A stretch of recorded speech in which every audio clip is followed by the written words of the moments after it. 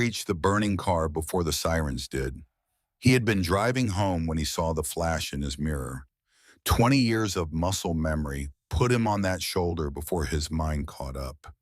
The dog was in the back seat, pressed against the glass, alive. He got the door open and pulled it out with both arms. They hit the asphalt together. He held it down. It was breathing. He told himself it was over. Then the dog stood up. It didn't run from the fire. It ran toward it. Dean grabbed the harness with both hands. It didn't fight him. It just pulled. Steady, focused, not panicking. It was looking at the back seat. Dean raised his flashlight through the smoke. He saw the shape on the back seat half a second before his brain understood what it was. He had one hand on the door handle. He had a rule. He had kept it for a year. He had 30 seconds to decide whether to keep it again. Thank you for being here. Please subscribe and like this video. And before we continue, tell me, where are you watching from? Drop your city or country in the comments. I love knowing who's out there listening. Dean Kowalski had been a New York City firefighter for 22 years. He didn't talk about Roy. He didn't have to. Everyone at the station already knew. Roy Sachs had been his partner for 11 years. They had gone into 48 burning buildings together. 48 times they had both walked out. On a Tuesday morning in February, they went into a 49th. Dean walked out. Roy did not. The investigator said Dean had done everything right. The floor had failed without warning. No one could have predicted it. Dean read the report twice. Then he folded it up and put it in his pocket. He had carried it every day since. He made himself one rule after that. Not out loud, not written down anywhere. Just a rule he repeated in the dark when he couldn't sleep. Never go back in for someone you already got out. You get them out, you stay out, you wait for backup. He had kept that rule every single time in the year since Roy. The rule wasn't about cowardice. He knew that. His captain knew that. The rule was about not making the same mistake twice. The mistake of believing you can go back for someone and have it come out different. Roy had gone back in. Roy had believed it would come out different. It didn't. You don't forget the sound a floor makes when it starts to go. Dean hadn't forgotten it. He had just decided it was the last sound he was going to chase. Standing on that highway shoulder with the yeah still pulling at his hip and the fire telling him he had maybe 20 seconds left. Dean wasn't thinking about the rule. He was thinking about Roy. And Roy was thinking, go. He let go of the harness, not because he had decided to go in, because he had stopped pretending the decision was still open. The dog didn't go to the back of the car. It went to the front. Passenger side, low, focused. Its nose ran the length of the door seam like it was reading something Dean couldn't see. He followed it. The passenger door had taken the impact sideways. The frame was bent, the handle stiff. It took Dean 4 seconds and his full body weight to open it. 4 seconds is a long time when a car is on fire. He had learned to count seconds in burning buildings. You count because it keeps your brain from running ahead of your body. Roy had taught him that. The driver was an old man. He had slumped sideways off the seat toward the passenger side, and the seatbelt had caught him, locked tight across his chest at the wrong angle, pinning him down where no one outside could see him, past the headrest, past the smoke, past the dark. He wasn't visible from the road. He wasn't visible from behind. He was invisible to everyone except a D that had been lying 2 feet away from him. The buckle was jammed. Dean pressed the release with both thumbs and it didn't move. He shifted his angle, braced his forearm on the seat edge, and pressed again. The smoke was already at his shoulders and rising. He had trained for this. Enclosed space, failing visibility, one objective. But training is clean. This was not clean. The buckle gave on the third press. He got the old man out in one pull. The shepherd was already at his leg, not frantic, not circling, just there, steady, matching his crouch as he moved backward from the car. 3 steps, 5, 10. The car came apart behind them with a sound Dean had heard before and never gotten used to. He kept moving. If you've ever carried someone out of something while everything behind you is ending, you know what those 10 steps cost. Dean knew. He didn't stop until his boot found the grass on the far side of the shoulder. He got to the grass and went down on one knee and didn't let the old man hit the ground. He laid him across his lap the way you lay something down that matters, carefully, with both arms, making sure nothing hit the ground that shouldn't. The dog sat against his right side before he had fully settled. Dean put his right hand flat on the man's sternum and held still. He didn't look away from the man's face. He had learned a long time ago that the face tells you before anything else does. Before the monitors, before the paramedics, before anyone with equipment shows up. You look at the face. You don't look at anything else until you know. He looked. He wasn't thinking about the rule. He wasn't thinking about Roy. He wasn't thinking about anything that had existed before the last 5 minutes. He was thinking about one thing only, whether the chest under his hand was going to move again. 22 years of service, and it still came down to that. One hand, one question, everything else, the rule, the year, the report folded in his chest pocket, was somewhere else right now. It would come back. He knew it would come back. He had learned that. The things you carry don't disappear at a scene. They step back. They wait. But not yet. The chest moved. Not much. Not confidently. But it moved. Dean felt it before he saw it. A faint shift of pressure against his palm, like someone very far away trying to signal through 2 feet of wall. He pressed his hand a little flatter and kept it there and waited. In 22 years, he had waited for that second breath more times than he could count. Some nights it came, some nights it didn't. He never got used to the waiting. He had just gotten better at staying inside it without flinching. Tonight he waited. The second breath came. He didn't exhale until it did. The dog hadn't moved since they cleared the car. It was sitting with its nose directed at the old man's chest, reading the air above him in short, rapid pulls. The way a working dog reads a scene, methodically, without drama, without looking around for reassurance. Dean had spent 3 years alongside K-9 units in the early part of his career. He knew what a working dog looked like when it was still on task. You can't fake it, and they can't fake it. The focus is either there or it isn't. This one was focused. It had been focused since the moment it turned away from the grass and ran back toward the car. It had known something was in there. It had known before Dean raised his flashlight. It had known before Dean decided to go in.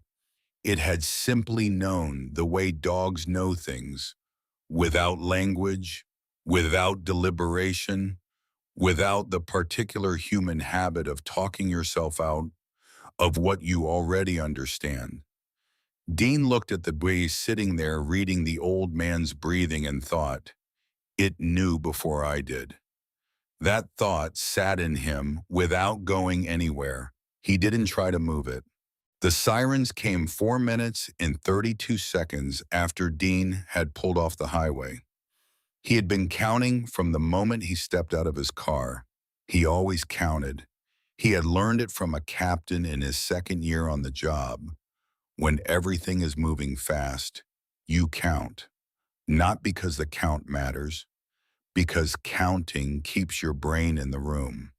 The ambulance headlights cut through the smoke 200 feet down the road, and Dean raised one hand without looking up from the old man's face. Here, over here. 3 facts. No decoration. That was all anyone needed right now. The paramedics were moving before the ambulance fully stopped. Dean watched them come and raised his open palm.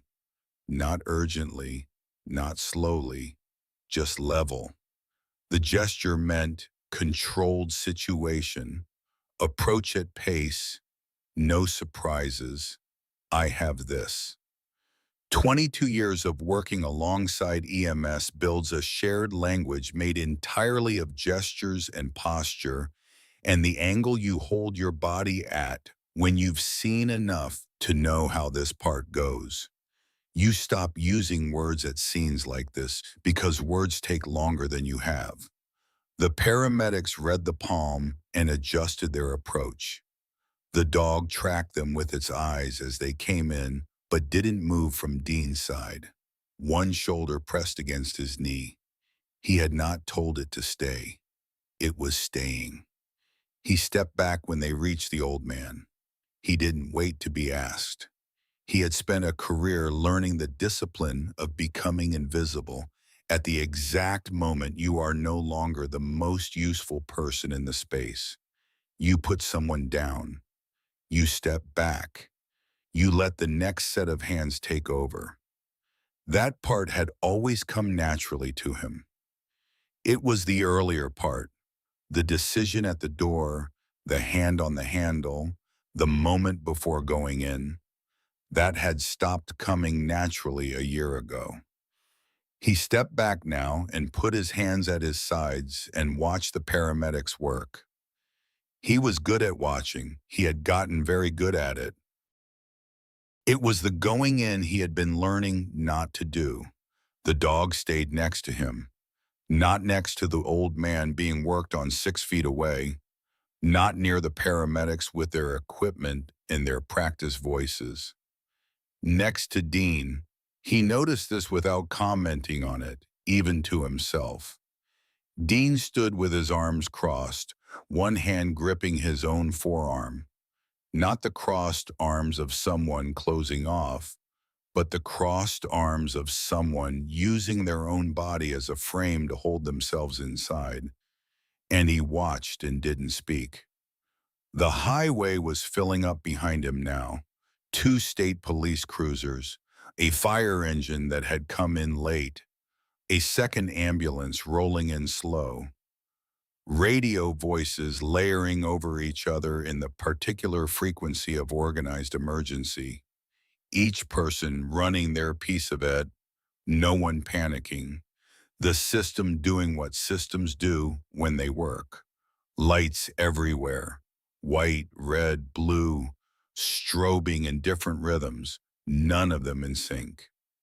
Dean stood outside all of it. The dog sat at his knee. He had not told it to stay. It stayed anyway. He crouched beside the dog a few minutes later. His knees just bent, and he went down to its level without making a decision about it. He found the collar by feel in the shifting light and worked his fingers to the tag and turned it toward the nearest strobe pulse. The metal was warm from the dog's neck. He hadn't expected the warmth of it, the specific warmth of metal that has been pressed against living skin for hours. He tilted the tag until the letters caught enough light. 6 letters, R-A-N-G-E, Ranger. He held the tag between 2 fingers and didn't move. The tag said Ranger. Dean didn't know that name yet. He would not forget it. He set his hand flat on the dog's side, not patting, not gripping, just the weight of his hand laid down the same way he had laid the old man down, with intention, with both eyes open. The dog's ribs moved under his palm, slow, even, completely settled. Nothing like the animal that had been pulling against every ounce of his weight toward a burning car 25 minutes ago. And then the dog turned its head and looked directly at him, not at the paramedics, not at the lights or the noise, at Dean. It held his eyes the way a dog holds your eyes when it has finished what it came to do and is waiting, patient, certain, unhurried, to see if you have caught up yet. Dean looked back at it. He was not sure yet what he understood, but something was different than it had been an hour ago. He could feel it the way you feel a weight that has shifted, still there, still real, but sitting at a different angle than before. His hand stayed on the dog's side. For the first time in 361 days, he did not feel the need to lift it. Dean sat down on the asphalt with his back against the guardrail. He didn't plan to. His legs just stopped. The way legs stop when the thing they were running on is gone and there's nothing left to carry you forward. Ranger sat against him before he was fully down. The dog's shoulder found his thigh and settled there, its weight steady and deliberate, the way weight settles when it has been placed rather than dropped. Dean put his hand on the dog's back and looked up at the sky. The sky was black and orange and full of someone else's smoke, and the last few stars that the fire hadn't managed to drown out. He looked at it for a while. He had nothing else to do with his eyes right now, and the sky required nothing of him, which was exactly the right amount to be asked of him at this particular moment. He stayed there. The dog stayed there. For a few minutes, neither of them moved, and the highway made its sounds around them, and Dean breathed slowly and didn't try to do anything else. After 22 years, he had learned to use the stillness after a call the way you use a tool, not to recover exactly, but to let the different parts of yourself catch up to each other before you got back in the car. He used it now. A highway patrol officer came over about 10 minutes later with a notepad and the standard questions. Dean answered them. Name, badge number, department, how he came to be on this stretch of highway at this hour, what he observed, what he did, in what sequence.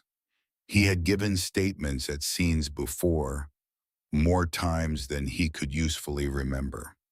The words came out of him clean and in order, not because he was unaffected, but because 22 years had built a specific channel in him for exactly this kind of moment. A separate lane where the facts could move cleanly while everything else stood still behind a closed door and waited its turn. That was not a trick he had learned. It was something that had happened to him gradually over the years, the way all the real changes happen, without announcement, without a moment you could point to, just a slow structural shift in how you process things under pressure. He had gone through this discipline so many times that it no longer cost him anything to hold the two channels separate, facts moving in one, everything else waiting in the other. What it cost him came later, alone when everything waiting came through at once. He had budgeted for that part. He always did. The officer wrote everything down in a small spiral notebook. Ranger sat between them the entire time and didn't move from Dean's knee. The officer glanced at the dog twice during the statement. He didn't ask about it. Some things at a scene you just leave where they are. The dog was clearly not a threat and clearly not going anywhere, and the officer was experienced enough to know that some situations have edges you don't push on because the pushing doesn't gain you anything. Dean answered the questions and kept his eyes past the officer's shoulder the whole time. Not rudely, not because he was somewhere else. He was looking at the burned car. It had been a car 25 minutes ago. A man had been driving it, an old man going somewhere, or coming from somewhere, or doing what Dean had done himself more than once in the months after Roy. Just driving because the alternative was staying still in a room where the quiet had a specific texture that made it hard to breathe. He understood that kind of driving without needing to be told about it. Now the car was a shell, black metal and melted glass, and a smell that Dean had filed away years ago in a part of himself that didn't have a label on the door. He had stood in front of 100 versions of that shell over 22 years. He had never gotten used to the smell. He had learned not to try, not because trying was wrong, but because some things don't resolve with enough exposure. They just become familiar. Familiar is not the same as okay. It just means you can keep moving. He kept moving. He had always kept moving. That had been the thing he was good at, the whole career. He had driven past 100 burned cars in his time on the job. He had never stood next to one like this, on the wrong side of his own rule, with the rule already broken, and the man who broke it breathing on a stretcher somewhere down the road. He was not sorry he had broken it.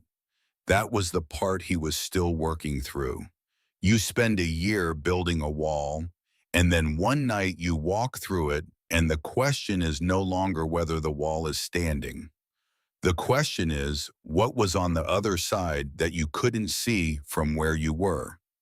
He looked at the shell and didn't answer that yet. They loaded the old man into the ambulance at 2:47 in the morning. Dean watched from 30 feet away, standing completely still, one hand at his side and the other resting on Ranger's back. The oxygen mask was on. The IV line was running. One paramedic held the bag, and the other guided the stretcher, and they moved the way people move when they have done hard things so many times that the hardness has become a kind of fluency. Not removed from it, not cold, just trained, the way Dean moved in a burning building, the way Roy had moved, the way people who do this for a living move, because there is no other speed available when it matters, and they have long since stopped having to think about it. The old man's hand was visible at his side as they lifted the stretcher. Fingers slightly open. He was alive. Dean had stopped taking that word for granted somewhere around year 4 on the job, after the first call that went the other way, and he understood in his body, not just his head, what the other outcome felt like from the outside. He took the word now. He held it and turned it over. The old man was alive. That was settled. That was real. He could carry that one. The ambulance doors closed. Ranger watched them close. Dean watched them close. Neither of them moved while it happened. The taillights went red and stayed red for a long moment, and then the ambulance pulled forward slowly, no sirens, just the engine, and moved down the highway and got smaller, and then was gone. Dean stood in the red light the taillights left behind. It faded in about 4 seconds. He stood in the dark after it faded and didn't move. He had stood like this before, after other calls, at other scenes, in parking lots and on sidewalks, and once on a roof in the rain after a job that went badly in a way that took him 3 months to stop replaying before he fell asleep. After Roy, he had stood like this in a hospital parking lot at 4 a.m. with his jacket still on and his hands at his sides and nowhere to put what he was carrying. He had stood there for almost 2 hours without knowing it. He thought about Roy standing with him all those nights after, not literally, but the way the dead are present when you haven't found a way to put them down yet. Carried, always there at the edge of the next quiet moment, always at the edge of the next time he stood outside a hospital at 4 a.m. with nowhere to put what he was holding. The difference tonight was Ranger. Ranger was against his leg. The dog's shoulder was warm through his turnout jacket. He could feel it. He kept pressing his leg slightly against the dog's shoulder, the way you press on something to make sure it's still there. It was still there. He stood for a long while after the ambulance left and looked at the shell. The fire was completely out, just metal, just the frame of something that used to go somewhere. He thought about the old man driving alone at that hour on an empty highway. Dean knew something about that. In the months after Roy, he had put several thousand miles on his car without going anywhere specific. Out at midnight, back at 3 or 4. His captain had noticed and said nothing and put a coffee on his desk the next morning without making it a conversation, which was the right call, and Dean had remembered it. He thought about the 48 buildings. 48 times he and Roy had gone in together and both come out. On the 49th, Roy had gone back for something, a sound he thought he heard, a shape he thought he saw, and the floor had decided the rest. Dean had replayed the 49th more times than he could count, looking for the moment where a different choice would have changed the outcome. He had never found it. The investigators had not found it either. The floor had failed and Roy had been on it. That was the whole story. He stood on the highway's shoulder and thought about the old man alive in the ambulance, and thought about what would have happened tonight if he had held the rule. He thought about it without flinching. The old man would have died in the car. He would have died because his seatbelt was jammed and his body was invisible from the road, and no one would have known he was there until it was too late. That was the whole story, too. Dean stood there and held both stories at once for the first time, and felt what it felt like when they existed in the same space without one canceling the other. His hand went to his chest pocket. The hand just went, the same way it always went, every night, without instruction. He pressed his fingers against the folded paper through the fabric. He didn't take it out.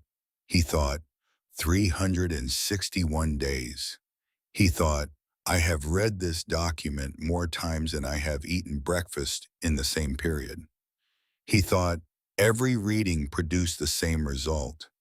He had read it looking for the thing that would release him, and the thing was not in the document because the document was facts, and facts don't release you. They just sit there being true, patient as stone, waiting for you to find something inside yourself that can sit beside them without needing them to be different. He pressed his fingers against the paper. He thought, I went back in tonight. He thought it came out different. He thought Roy went back in and it didn't come out different. And that difference was a floor, not a choice, not a debt, not a proof of anything, except that the floor failed. He stood there and held that thought carefully, the way you hold something fragile that you have dropped before. Or he held it. He didn't put it down. He was still holding it when he sat back down. He sat back down on the asphalt.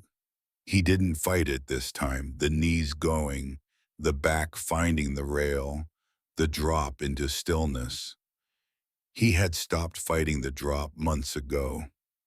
Ranger moved with him the same way it had moved all night, not following a command, not being managed, just calibrated to him, present at his pace. By the time his back touched the guardrail, the dog was already at his side, pressing in. Dean drew his knees up and rested his forearms on them and looked at the burned shell in the dark and let the police behind him finish their work. He thought a man was in there. He thought a dog knew before I did. He thought I almost didn't go. He sat with that last one for a long time. I almost didn't go. He thought about what it would have felt like to drive away from this stretch of road in the morning, knowing the old man had been in the car and he had stood on the shoulder and chosen not to go in. He tried to hold the shape of that. He could not. He could not make it into a thing he could carry alongside everything else. It wasn't guilt exactly. It wasn't relief exactly. It was something that lived between the two in a territory that didn't have a name he knew yet. And it was large and it was patient and it was not going to be resolved tonight. And he was beginning to understand that and beginning slowly to be at peace with the beginning. He sat with it. He let it be there. Ranger put its head on his knee, not gradually, not tentatively. It placed its head on his knee with the same clean intention it had brought to every action all night. And Dean understood by now that nothing this dog did was incidental. Dean looked down at it. He moved his hand from his forearm and set it on top of the dog's head. And this time he was present for the gesture, his hand with weight on this specific animal, on this specific night, which had been a different night than any of the 361 nights before it. The dog's eyes were open and aimed at his face from below. If you've ever had something find you in the dark and just stay, not trying to fix the thing, not requiring you to be further along than you are, not leaving when the waiting got long, just staying with its full weight and its full attention and without apology for any of it, then you already know what Ranger was doing on that asphalt at 3 in the morning. Dean knew. He was just arriving at the place where knowing it didn't make him want to stand up and walk away from it. He was almost there. The last police car left at 3:22 a.m. Dean heard the engine fade down the highway, and then there was nothing. Just the road, empty in both directions. The burned shell quiet in the middle distance, and the first gray of pre-dawn beginning at the far edge of the sky past the tree line. Not light yet, just the idea of light. Just the sky making a promise it would keep in about an hour. Dean looked at it for a moment and then looked back down at Ranger. Ranger was already looking at him. Had been, probably, since before he looked down. The dog's jaw was relaxed. Its breathing was slow and even. It had the specific quality of stillness that belongs to a dog that is exactly where it intends to be. Not waiting to go somewhere else. Not watching for something to happen. Not working anymore. Just here. Just with Dean. Dean looked at the dog's face slowly, the way he had read the incident report slowly, looking for something he couldn't name, searching each line for the thing that would finally make the rest of it land. The difference was that the report had never looked back. Ranger was looking back. It wasn't waiting for him to say anything. It wasn't waiting for him to understand anything in particular, on any particular schedule. It was just here with him, the way it had been all night, patient and present and unhurried, like it had already done what it came to do, like it knew Dean was close. He was close. He could feel it. Something that had been fixed for a very long time beginning, slowly and without drama, to shift. Not breaking, not collapsing, just moving, just beginning to move. He kept his hand on the dog's head and didn't look away. He was almost there. The hospital was 23 minutes from the highway. Dean knew because he had driven it. Not that night. He had stayed on the shoulder until the last police car left and then driven home and sat in his kitchen until the light changed outside. But 2 days later in the afternoon, because something in him needed to know the exact distance between that shoulder and where the old man ended up. 23 minutes. The old man had been in the ambulance the whole distance. Dean thought about that sometimes in the days after. Not obsessively, just the way you think about a thing when you're trying to understand how close it came. He thought about the jam buckle. He thought about the angle of the body. He thought about how long the fire had been burning before he arrived. He thought about Ranger pressed against the passenger door seam, reading something through the gap that Dean couldn't see. He thought 23 minutes.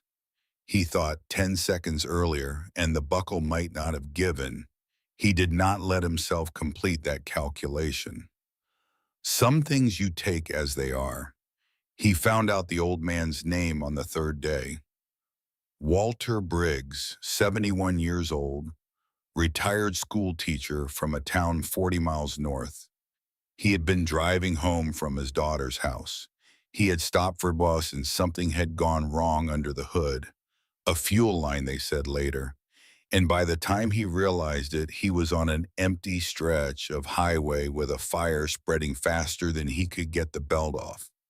Dean learned this from the highway patrol officer who called him on day 3. He hadn't expected the call. The officer said, "Thought you'd want to know he's going to make it." Dean said, "Yes, I did want to know that." The officer said, "There's something else." He said the old man had been asking about the dog. He said the old man had been asking about the person who came back in. The officer said, "I told him your name." Dean said, "That's okay." There was a pause, and then the officer said, "You know, we don't usually get these calls." Dean said, "Which calls?" The officer said, "People asking about the person who got them out. Usually it goes the other way, if it goes anywhere at all." Dean said, "I understand." He hung up and stood in his kitchen for a long time and looked at nothing in particular. The folded report was in his chest pocket. He didn't take it out. He went to see Walter Briggs on the 7th day. He didn't plan to. He drove past the hospital on the way to the grocery store, and his hands turned the wheel, and he parked in the visitor lot and sat in the car for about 4 minutes and then went in. Walter Briggs was on the 3rd floor. He was sitting up in bed with the television off when Dean came in. He looked smaller in the bed than he had on the highway shoulder. People always look smaller in hospital beds. The fluorescent light and the white sheets and the particular quality of the air in those rooms reduced everyone to the same size. Dean stood in the doorway, and Walter Briggs didn't notice him right away. Dean stood there and looked at the old man and thought, he was in the car. He thought, I almost didn't go back in. He thought there is a version of this where I didn't. Then Walter Briggs looked up and saw him. The old man looked at Dean with the particular clarity of someone who has recently been very close to not seeing anything at all. He didn't say anything for a moment. He looked at Dean the way you look at something you had filed away as gone. Then he said, "You're the one who came back in." Dean said yes. Walter Briggs said, "I don't remember much of it." Dean said, "That's all right." Walter Briggs said, "I remember the dog." Dean said, "Yes." The old man looked at the window. Then he said, "Where is he?" Dean said, "He's in my car." Walter Briggs said, "You brought him." Dean said, "I didn't plan to." He had stopped planning things some time ago. He just went where the road went. He went down to the parking lot and got Ranger from the car. Ranger had been sitting in the passenger seat facing forward the way it always sat, upright, attentive, oriented. Dean opened the door and clipped the leash, and Ranger got down and stood beside him without being told anything, and they went back inside. The nurses at the third-floor station saw him coming with the dog. None of them said anything about policy. Some things communicate themselves. Dean walked down the hall and Ranger walked beside him, and Dean thought, this is the same walk, the same pace, the same calibration, the same dog that walked with him away from the burning car. He thought, some things stay with you. He brought the pud into the room and Walter Briggs made a sound that wasn't a word. Ranger walked directly to the bed. It placed its head on the edge of the mattress beside the old man's hand. Not tentatively, not waiting for permission, just placing itself where it had decided to be, the way it had placed itself beside Dean on the asphalt, the way it had placed itself in every moment all night. Walter Briggs put his hand on the dog's head. He didn't speak for a long time. Dean stood by the window and looked at the parking lot and gave the room the time it needed. Walter Briggs said after a while, I've had him for 6 years. Dean said, I know, I read the tag. The old man said, he's a good dog. He said it plainly without looking up, the way men say the truest things, just the fact of it, stated into the room because it needed to be said. Dean said, yes, he is. Walter Briggs said, the best I've ever had. He thought about what the dog had done on the highway and what it had done in the hospital room. Neither of those things had required any translation. The dog had simply been present, fully, without holding anything back. Dean had known people who couldn't do that. He had been one of them. For a year, he thought, I went into 49 buildings. Roy came out of 48. The floor decided the rest. The floor was a floor. I am still a person who goes in. That is who Roy knew me to be. He didn't say any of it out loud. Some thoughts are for the room only. Walter Briggs looked up at him after a long moment. He said, thank you for coming back in. Dean looked at him. He didn't answer right away. He stood there and thought about what the right answer was. For 361 days, he had believed the right answer to a sentence like, that was some version of, I shouldn't have. I shouldn't have because Roy went back in and Roy didn't come out, and I have been carrying that every day since. And the rule was built on that, and the rule was supposed to mean something. He stood in the hospital room and looked at the old man's hand on Ranger's head and thought about what he actually believed now. He said, I'm glad I did. He meant it completely. It was the first sentence in 368 days that had come from somewhere without a wall in front of it. Walter Briggs nodded. He didn't say anything else. He didn't need to. Dean left the hospital 40 minutes later. Ranger walked beside him out to the parking lot. Dean opened the passenger door and Ranger jumped in and turned and faced forward. Dean sat behind the wheel for a moment. He reached into his chest pocket. He took out the folded report. He held it in both hands and looked at it. He thought about Roy. He thought, Roy was good at this and I was good at this, and we went into a building together and the floor decided which one of us came out.